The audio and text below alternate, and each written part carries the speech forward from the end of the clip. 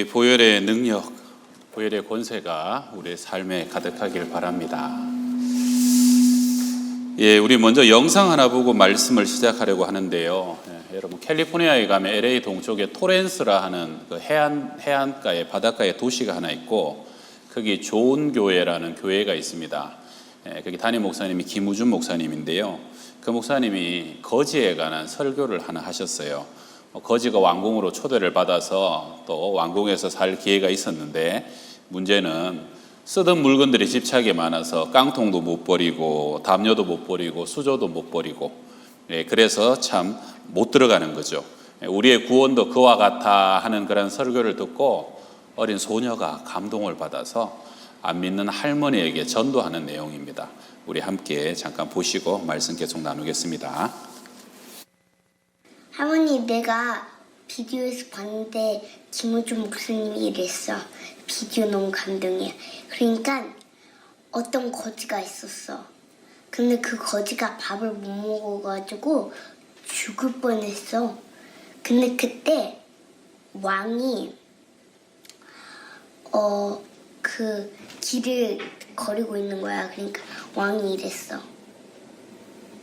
너는 이제 내 아들이다.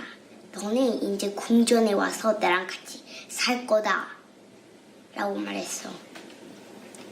근데 있는 거 있지. 그리고 소년이 따라가다가 이제 왕이 말했어. 네가 나를 따라갈 거면 네가 있는 것을 다 버려야 돼. 다 버려. 왜냐면 그래서 소녀는 자기 물건들을 바라봤어. 먼저 깡통. 그 깡통이 없었다면 밥을 못 먹어. 굶어 죽을 뻔했어. 그 다음에 이제 담요를 봤어. 그렇게 바람이 불을 때 담요가 지켜줬지. 근데 그 담요랑 깡통을 버리라는 거야. 너무 심각하지 않아? 그리고 마지막 수저는 제일 아끼는 거였어. 수저가 없었으면 밥도 못 먹었을 거야. 수저를 가장 좋아했어. 근데 그거를 다 버려. 그러니까 왜 버려야 돼? 그냥 나랑 같이 궁궐에 갖고 가면 안 되냐고. 근데 왕의 생각 아니면 말은 바뀌지 않아. 안 돼. 다 버려야 돼. 아니면 넌 아직도 거지로 살 거야? 아니면 나랑 같이 와서 궁궐에서 살 거야? 이거 다 버리라니까. 그러니까 지금 김우준 목사님이 말하고 있는 뜻은 하나님 진짜 막 하나님보다 뭐를 더 좋아하면 안 된다고. 하나님이랑 같이 헤이븐로 갈 거면 아무것도 들고 갈 수 없어. 깡통 그런 거를 갖고 가면 지금 하나님이 보시기에는 우리는 지금 거지야. 우리는 full of sin. 여기에 sin이 너무 많아. 우린 지금 거지야. 근데 하나님이 우리를 그렇게 사랑해서 지저스를 보내서 죽었지. 그러니까 3일에 일어났어. 그러니까 이거를 다 버리고 하나님을 믿으러 헤븐로 가는 거야. 자, 이제 할머니 잘 들었지? 거지 스토리. 이제 끝이야.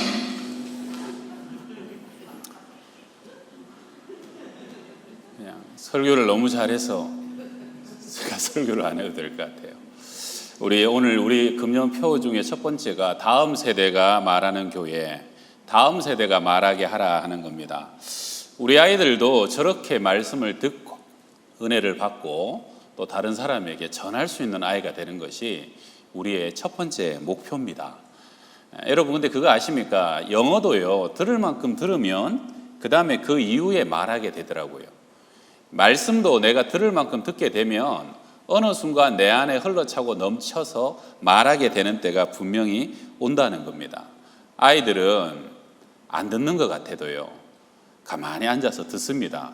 이해 못할 것 같은데도 아이들의 방식으로 이해를 하고 그리고 더 오래 기억하더라 하는 것이죠. 우리가 가정 안에서 우리 아이들과 함께 예배를 드리고요, 할 수만 있으면 우리의 신앙과 영적인 간증 나눔들을 전해주게 되면은 언젠가는 그 아이들이 또 다른 사람에게 저렇게 말하게 되는 날이 올 것이라고 믿습니다. 오늘 설교 주제는 그루터기 신앙인데 다른 말로 하면 남은 자 신앙이다라고도 말할 수 있습니다. 성경은 창세기부터 요한계시록까지 계속적으로 이 남은 자를 통해서 세상을 새롭게 하시고 세상을 재창조해 가신 하나님의 역사를 담고 있습니다. 하나님의 핵심적인 방법들이 남은 자를 통해서 새 세상을 이루시는 거예요. 성적 타락으로 온 세상이 죄악이 가득했을 때 노아 시대 하나님은 노아의 8 식구를 남기셔서 새 역사의 장을 여셨습니다. 그리고 그 다음에 온 족속이 다시 또 타락하여 바벨탑을 쌓고 하나님을 대적하여 교만해졌을 때도 하나님은 아브라함을 불러내셔서 그 아브라함의 거룩한 씨를 남기셔서 이 세상에 새로운 축복의 하나님의 나라를 만들어 가시는 거죠. 가나안 입성 이후에 사사시대를 거쳐서 왕조 시대가 시작된 이후에도 온 이스라엘이 우상 숭배에 다 넘어가서 바알과 아합과 이세벨로 온 나라가 바알 우상 숭배에 가득 찼을 때도 처절하게 나만 남았습니다라고 외치는 엘리야에게 하나님은 뭐라고 말씀하십니까? 아직 바알에게 무릎 꿇지 않은 7천인을 남겨두었다라고 말씀하십니다. 그리고 그 다음에 이어지는 남은 자 사상이 오늘 본문에서 시작되는데요. 남유다 21대 왕으로 16살의 즉위해서 52년간 반백년 넘는 기간을 태평성대를 이루었고 다윗 이래 최고 강력한 나라를 이루었던 우시야 왕이죠. 이 이사야는 개인적으로는 우시야와 친척 관계인데 그런데 52년을 호령했던 우시야 왕이 죽어버립니다. 그리고 그 말년에는 그도 교만해져 가지고 제사장만이 할 수 있는 성전에 들어가서 왕이 스스로 분향을 하다가 결국은 문둥병에 걸려서 비참한 죽음을 맞이하게 됩니다. 이사야 입장에서는 그 왕이 죽고 나니까 온 세상이 다 끝난 것 같아요. 절망과 슬픔으로 성전을 찾아갑니다. 그런데 그곳에서 이사야는 놀라운 광경을 보게 되는 거죠. 읽진 않았습니다. 이사야 6장 1, 2, 3, 4절 우리 1, 2, 3, 4절을 같이 한번 읽어봅시다. 시작. 우시야 왕이 죽던 해에 내가 본즉 주께서 높이 들린 보좌에 앉으셨는데 그의 옷자락은 성전에 가득하였고 서랍들이 모시고 섰는데 각기 6 날개가 있어 그 둘로는 자기의 얼굴을 가리었고 그 둘로는 자기의 발을 가리었고 그 둘로는 날며 서로 불러 이르되 거룩하다 거룩하다 거룩하다 만군의 여호와여 그의 영광이 온 땅에 충만하도다 하더라. 이같이 화답하는 자의 소리로 말미암아 문지방에 터가 요동하며 성전의 연기가 충만한지라. 아멘. 제가 참 좋아하는 본문이고 우리가 예배가 또한 이렇게 되면 참 좋겠다고 사모할 만한 장면입니다. 이사야가 본 것은 뭡니까? 첫째, 세상의 왕은 죽었는데 만왕의 왕이신 하나님 우리 주님이 여전히 성전 안에 옷자락이 가득하여 그 보좌에 여전히 앉아서 온 세상을 통치하고 계시더라 하는 것입니다. 비교할 수 없는 성군이었던 우시야도 마지막에는 죄로 인해서 타락하고 교만해졌지만 하나님 한 분만은 영원히 거룩하고 거룩하고 거룩한 천군 천사의 찬양을 들으시는 영원히 변치 않는 하나님이다 하는 것이고요. 그리고 지금 그때도 그 하나님의 임재와 영광이 온 성전에 충만한 바로 그 모습을 이사야가 보게 되었다는 겁니다. 문지방에 터가 요동하고요. 스키나라고 하죠. 빽빽한 하나님의 임재의 구름이 온 성전에 가득하게 피어오르는 바로 그러한 하나님의 영으로 진동하고 전율하는 바로 그러한 모습. 거룩하다 거룩하다 거룩하다 만군의 여호와여 그의 영광이 온 땅에 충만하시도다. 그리고 그 영광 중에 이사야는 하나님의 선지자로 부름을 받게 됩니다. 이사야가 받은 첫 번째 사명은 무엇입니까? 안타깝게도 이스라엘 백성들과 성읍들 처절하게 멸망당하게 될 것이다. 가서 이것을 전해라 라고 첫 번째 사명을 받게 됩니다. 너희는 듣기는 들어도 깨닫지 못할 것이고 보기는 보아도 알지 못하며 마음은 둔하여져서 결국은 죄로 인하여 다 심판당하고 쓸어버림을 당하게 될 것이다. 이사야가 다시 질문합니다. 언제까지 그렇게 될 것입니까? 성읍들은 황폐하여지고 가옥들에겐 사람이 살지 못하고 토지들도 다 황폐해질 때까지 그렇게 될 것이다. 모든 백성들이 다 죽고 사로잡혀 심지어 10분의 1이 남아있을지라도 그것들도 다 죽임당하고 사라지게 될 것이다 하는 비극적인 예언을 듣게 되죠. 그러나 주님은 마지막에 소망의 말씀을 남깁니다. 우리 13절 뒷부분인데요. 밤나무와 상수리 나무가 배임을 당하여도 그 그루터기는 남아있는 것 같이 거룩한 씨가 이 땅의 그루터기니라 하시더라. 자, 우리 화면 보고 이 말씀 같이 한번 다시 읽어봅시다. 시작. 밤나무와 상수리 나무가 배임을 당하여도 그 그루터기는 남아있는 것 같이 거룩한 씨가 이 땅의 그루터기니라 하시더라. 아멘. 여러분, 밤나무 상수리 나무는요, 밑동이 남아도 다시 자라나는 대표적인 나무입니다. 다 사라진 것 같아도 없어진 것 같아도 하나님은 반드시 그루터기를 남기신다는 겁니다. 거기서부터 그 황폐하고 죄악된 땅, 다 무너져버린 나라를 다시 세우는 그루터기를 남겨두셨다. 그리고 결과적으로 역사 안에서 그 그루터기는요, 포로로 끌려갔던 에스라, 예수와 그리고 느헤미야와 그 백성들이요, 끝까지 신앙을 지키다가 다시 돌아와서 하나님의 성전을 세우고 성벽을 재건하고 무너진 하나님의 나라를 다시 세우면서 그 그루터기는 완전히 죽었던 것 같은 그 하나님의 땅을, 하나님의 나라를 다시 복원하게 됩니다. 여러분, 하나님은 때로는 부흥의 때를 주셨어요. 교회가 차고 넘치는 은혜의 때를 허락하기도 하십니다. 우리도 그런 때를 지나봤잖아요. 그런데 때로는 하나님은 양적인 것보다 질적으로 더 교회를 정결하고 깨끗하게 하기 위하여서 하나님은 모든 것을 다 베어버리시는, 그러나 거룩한 것을 남기셔서 다시 세상을 새롭게 하시는 그러한 때도 분명히 있다 하는 것이죠.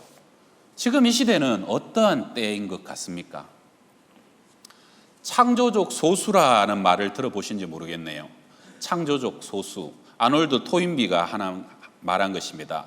세계사 안에 걸출한 수십 개의 역사와 문명, 거대한 문명들은 많은 군중들이 아니라 창조적 소수의 리더들에 의해서 항상 만들어졌다 하는 이론입니다. 그리고 그 창조적 소수들의 특징은 척박한 자연 환경 안에서 응전함으로, 도전함으로써 자연 환경을 이김으로 그 거대한 문명은 세워졌다 하는 이론인데요. 한 예로 이집트의 문명을 얘기합니다. 나일강의 문명을 세웠던 이집트 유역의 사람들은 원래는 그 동네 사람들이 아니고 원래 아프리카 북부 지역에서 사냥을 하던 사람들이었답니다. 그런데 그 사람들이 어느 날 그 강우전선이 북유럽으로 옮겨가면서요, 그 아프리카 북부가 사막으로 변해버렸다는 거죠. 그래서 예전처럼 더 이상 살 수 없는 때가 이르렀다는 겁니다. 세 부류의 사람들이 세 가지 주장을 합니다. 첫 번째는 그래도 조상 때부터 살던 땅이니까 여기에 남아서 어렵더라도 계속 사냥하면서 살아보자. 두 번째는 이제 사냥은 어렵다, 물이 없지 않느냐, 대신 우리 농사를 시작하거나 유목생활, 대안을 이곳에서 찾아보자. 세 번째 사람은 이제 이 땅은 소망이 없다, 떠나자, 더 좋은 곳을 찾아서 거기에 맞는 생활 방식으로 우리의 삶을 바꾸자. 결과적으로 역사는 어떻게 그들을 기록합니까? 첫 번째 부류는 완전히 역사에서 사라지고 없어져 버립니다. 두 번째 부류의 사람들은 결국은 떠돌아다니는 유목민으로 정처 없이 방황하게 되었죠. 그런데 세 번째 사람들은 나일 강변으로 이주를 합니다. 문제는 그때만 해도 이 나일 강변에는요, 엄청난 맹수와 독사들이 득실되는 때였고, 두 번째는 농사는 지을 수 있는데 한 번씩 물이 범람하게 되면 1년 지었던 농사를 다 뒤엎어버리는 그러한 상황이었다 하는 것이죠. 그래서 그들은 그 나일강에 정착해서 새로운 도전을 합니다. 하늘의 해와 달과 바람들을 관찰하기 시작해요. 언제 비가 오느냐 예측해서 준비하자. 그래서 거기서부터 천문학이 발달하기 시작하고 태양력이 발달합니다. 그 다음에는 범람 후에 농사를 지을 수 있는 땅과 지을 수 없는 땅을 정확하게 측정하기 시작하면서 기하학이 발달합니다. 그리고 그들은 범람을 막기 위해서 제방을 쌓고 공사를 하는 과정에서 건축수를 발달시키게 되고요. 자연스럽게 도루래가 발명되고 수레가 등장하게 됩니다. 결국 이런 그들의 기술의 발전은 쌓여가지고 나중에는 그 오랜 수천 년 전에 피라미드를 쌓아 올리게 되는 엄청난 이집트 문명이 태생되게 되었다 하는 것입니다. 여러분, 지금은요, 코로나가 온 세상을 다 뒤덮고 있습니다.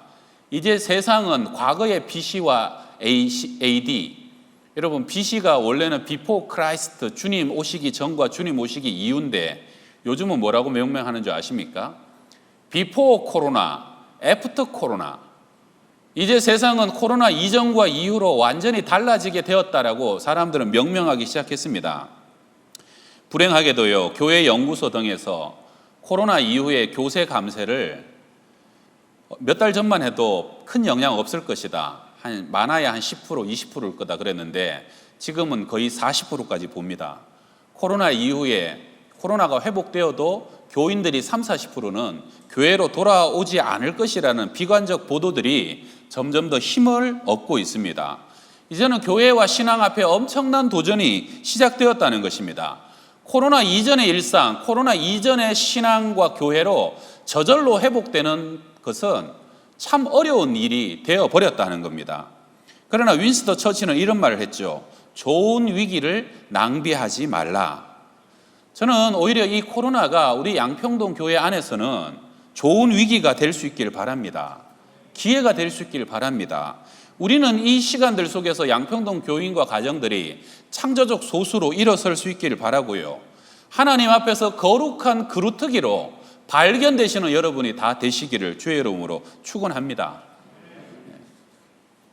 이사야 예언대로 유다는 멸망했고요. 백성들은 바벨론 포로로 끌려갔고 성전은 파괴되어 버렸죠. 끌려간 그들은 도저히 성전에서 예배 드릴 수도 없었습니다. 어떠한 방법도 없었습니다. 처음 맞이하는 상황 앞에 섰어요. 그러나 이 유대인들은요, 포기하지 않았죠. 그들은 바벨론 강변에 모여서 눈물로서 예루살렘 성이 있는 쪽을 바라보면서 그들은 제사 대신 예배 드리기 시작합니다. 그래서 그렇게 그들이 정기적으로 모였던 것이 무엇이 됩니까? 회당의 시초가 되게 됩니다. 그리고 그 회당은 포로 시대가 지나고 난 뒤에 성전이 다 지어지고 난 후에도 유대민족에게 지금까지 이어져 내려오는 신앙과 민족 공동체의 구심점이 되게 됩니다.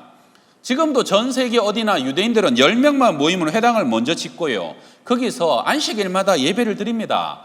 주말마다 자녀들을 데려다가 성경을 철저하게 가르치면서 그들은 말씀을 유전하고 있습니다. 말씀을 계승하고 있다는 것이죠.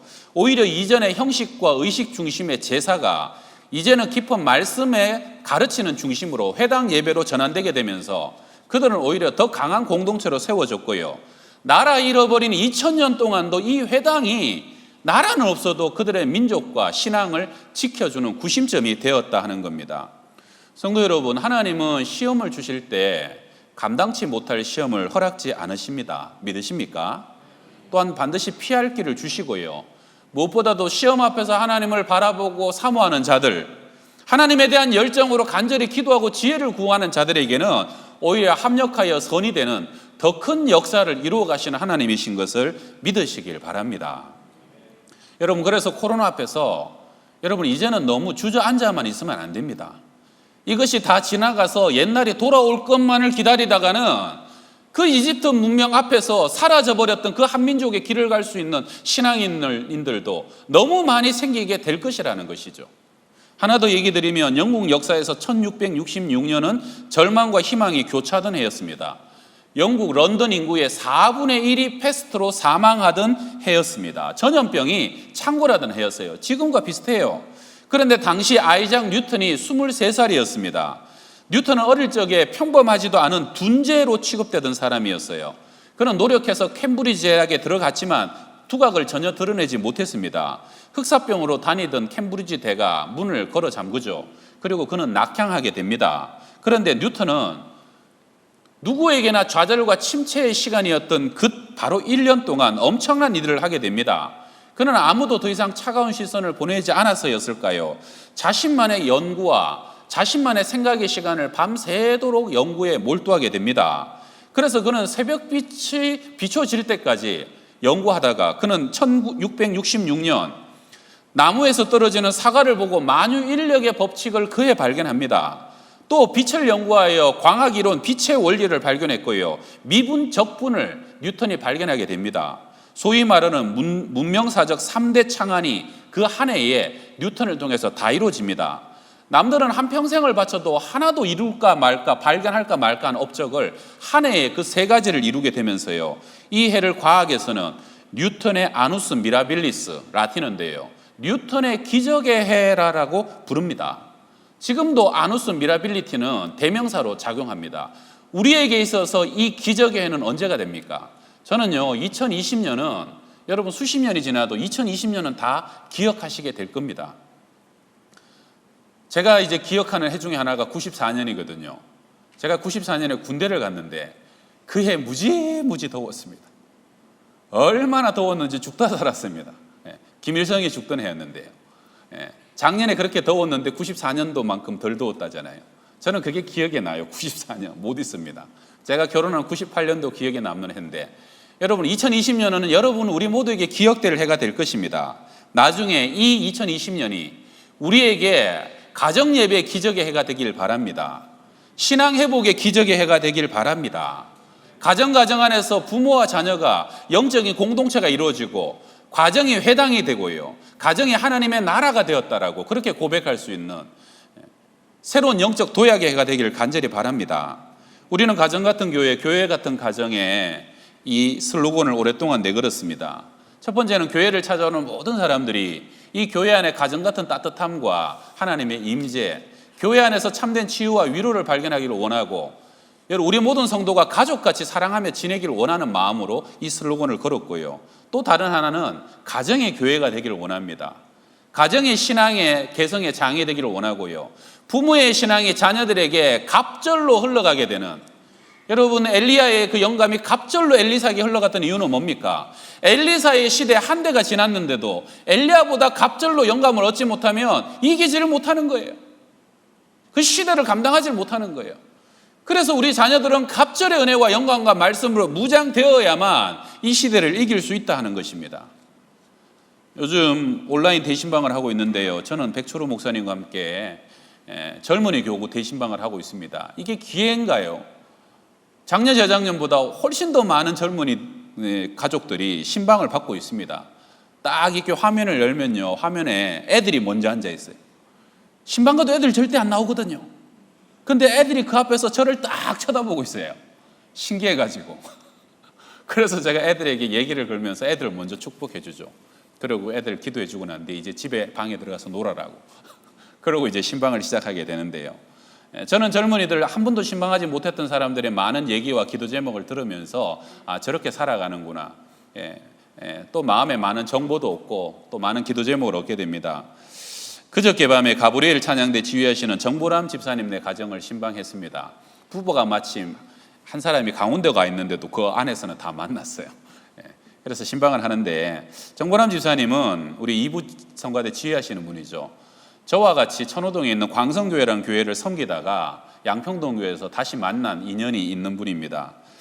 그 광성교회는 정말 좋은 교회였습니다. 그런데 15년 전에 분규가 나가지고 교회가 두 쪽으로 나눠져서 10년 넘게 참 무지하게 크게 싸웠습니다. 저는 분교가 시작되고 난 뒤에 1년 반 정도 그 교회에서 사역을 더 하다가요. 7년 지나고 난 뒤에 분교가 너무 심했어요. 그래서 저도 몸도 망가져가지고 허리 수술을 하고 얼마 있다가 그 교회를 사임하고 떠나오게 됐습니다. 그런데 제가 이번에 알게 된 건 정 집사님은 제가 오히려 떠나가고 난 뒤에 그 교회가 모교회인데 그때부터 그 교회에 지휘를 맡아가지고 10년간 그 교회에 예배 지휘를 했다는 거예요. 저는 눈에 선합니다. 그때 그 시절에 지휘를 한다는 것이 뭘 얘기하는가? 이 성가대와 찬양팀은 예배 분위기에 제일 민감한데요. 예배를 제대로 드릴 수가 없는 환경이에요.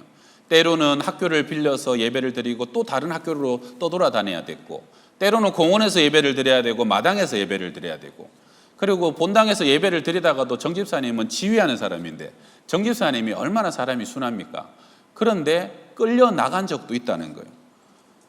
그래서 정 집사님은 그 교회에서 10년간 지휘를 하시면서 10년 뒤에 교회가 회복되는 걸 보고 그리고 떠나서 온 교회가 우리 양평동 교회랍니다. 우리 교회 오신 지 한 5, 6년이 지났는데도 아직도 그 교회 얘기만 하면 가슴이 울컥울컥 하시다고 그런 얘기를 하시더만요. 신방을 마치고 한 10시쯤이 됐는데 저도 혼자 앉아서 설교를 준비하는데 너무 많은 생각이 나는 거예요. 잊고 있었던, 저는 15년이 지났잖아요. 사실 저도 6, 7년까지는 참 마음이 아팠거든요. 말만 하면 그냥 울컥울컥 하고. 그런데 개인적으로 정 집사님이 너무 고마운 거예요. 참 어떤 집사가 그런 교회에서, 여러분 정 집사님이 없어서 하는 얘기지만 얼마나 또 실력이 있어요.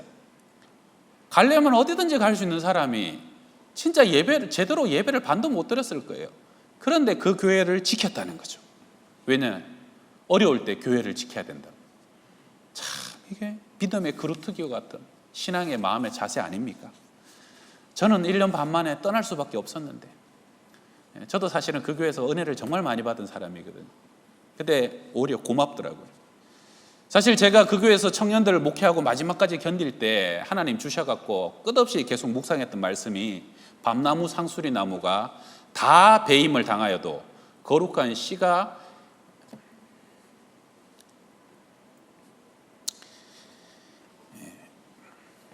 그 말씀입니다. 밤나무 상수리 나무 다 배임 당하여도 거룩한 씨가 그 땅의 거루터기가 될 것이다. 여러분 교회가 어려움이 있으면 어린 자녀들, 미숙한 신앙인들이 먼저 다 추풍낙엽처럼 떠나가고 시험에 듭니다. 제가 지금도 기억되는 게 그때 신학생 하나가 20대 21~22살 된 애가 있었는데요. 너무너무 좋았어요. 앞으로 쟤 참 목회 잘하겠다. 근데 걔가 아버지랑 사람들 싸우는 거 한번 보고 하나님 안 계시다 그러고 신학을 그만두고 그때부터 교회 발길을 끊어버린 거예요. 저는 몇 년 전에 들었어요. 안산에서 총회할 때 그 아버지 장로님이 총대로 오셔갖고 목사님 우리 아들 재성이가 교회를 안 갑니다. 목사님 어떻게 하면 좋습니까? 이게 다 죄입니다. 그러는데 얼마나 가슴이 아픈지. 그런데 지금 저는 코로나19 앞에서 비슷한 걱정과 기도를 하고 있습니다. 우리 자녀들 때문에. 우리 자녀들이 혹시 코로나 앞에서 장기적으로 이렇게 믿음과 신앙이 떠날까 봐 정말 걱정이 됩니다. 제가 교육전사님들 통해서 매주 보고를 받고 있는데 전사님들이요 요즘 교회에 못 오는 아이들 하나하나 신방을 다 하라 그래서 다 해서 보고를 올리고 있습니다. 근데 어떤 보고가 들어오냐면 처음에 코로나에서 모두가 교회에 못 올 때 한두 달 동안은 아이들도 부모님과 같이 영상으로 예배 드리고 또 교회에서 보내주는 설교도 듣고 아이들 그 콘텐츠, 영상 콘텐츠도 보고 했는데 아이들이 3달, 4달이 되니까 이제는 어떤 영상 앞에도 아이들이 관심이 없다는 거예요. 재미가 없는 거죠. 사실 그렇죠. 어른들은요 신앙과 믿음에 대한 열정이 있기 때문에 그 영상으로라도 하나님 만나고 사모하고 하나님 경험하는데 아이들은 이제 더 이상 신앙이 있습니까? 믿음에 대한 대단한 열정과 뭐가 있습니까? 그러다 보니까 이제는 별로 관심이 없는 거예요. 가난한 성도라고 들어보셨어요? 믿긴 믿는데 더 이상 교회를 나가지 않는 아이들, 예배 드리지 않는 아이들, 더 이상 어떠한 믿음에 별 관심이 없지만 그러나 나는 어디서 조사하면 그리스도인이라고 교인이라고 동그라미 치는 아이들. 저는 그 아이들이 그런 아이들로 변질될까 봐 그것이 너무너무 두렵습니다. 코로나가 밤나무 상수리 나무를 다 베어내고 있다는 겁니다. 예수님이 그러셨잖아요. 시몬아 시몬아 보다 사람이 밀가부르듯 하려고 너희를 청구하였으나 그러나 내가 너를 위하여 내 믿음이 떨어지지 않기를 위하여 기도하였노니. 여러분 밀가부르 탄다는 것은 키질한다는 거예요.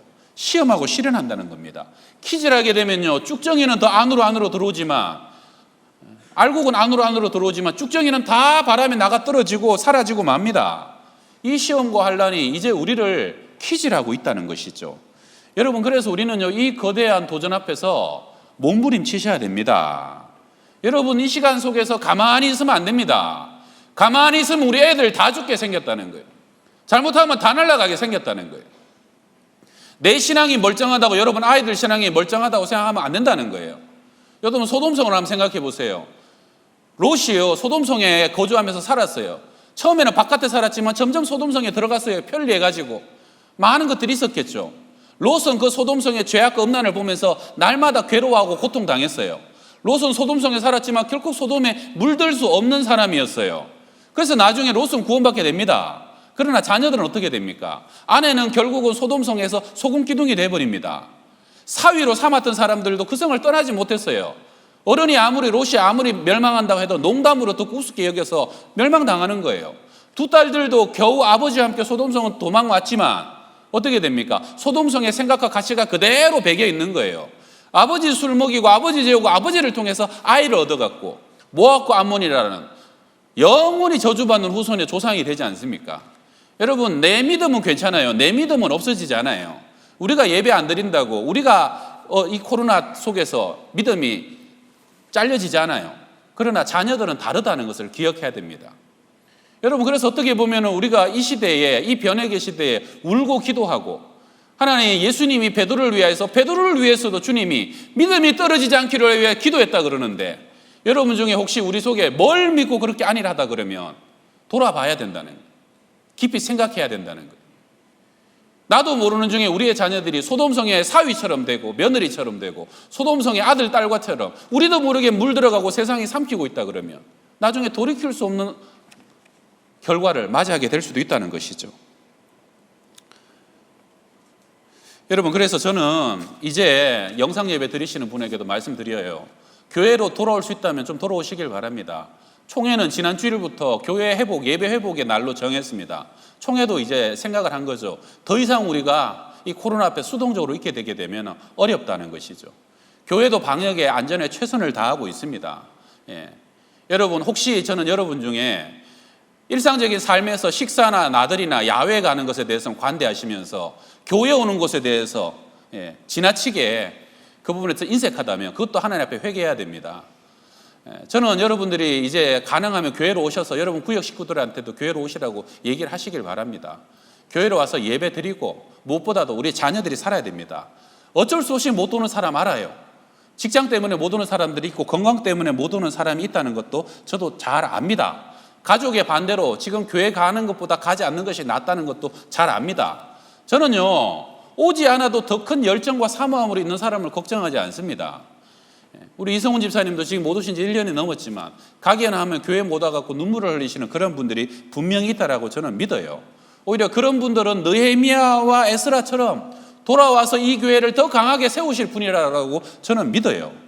참 감사한 게 뭐냐면 지난주에 우리가 5월까지 당회를 하면서 5월까지 교회의 헌금을 염려스럽게 작년 동월과 비교를 해봤더니 작년 5월까지 우리 교회 올해 5월 헌금이요 90%가 넘게 다 채워졌다는 거예요. 엄청난 기적입니다.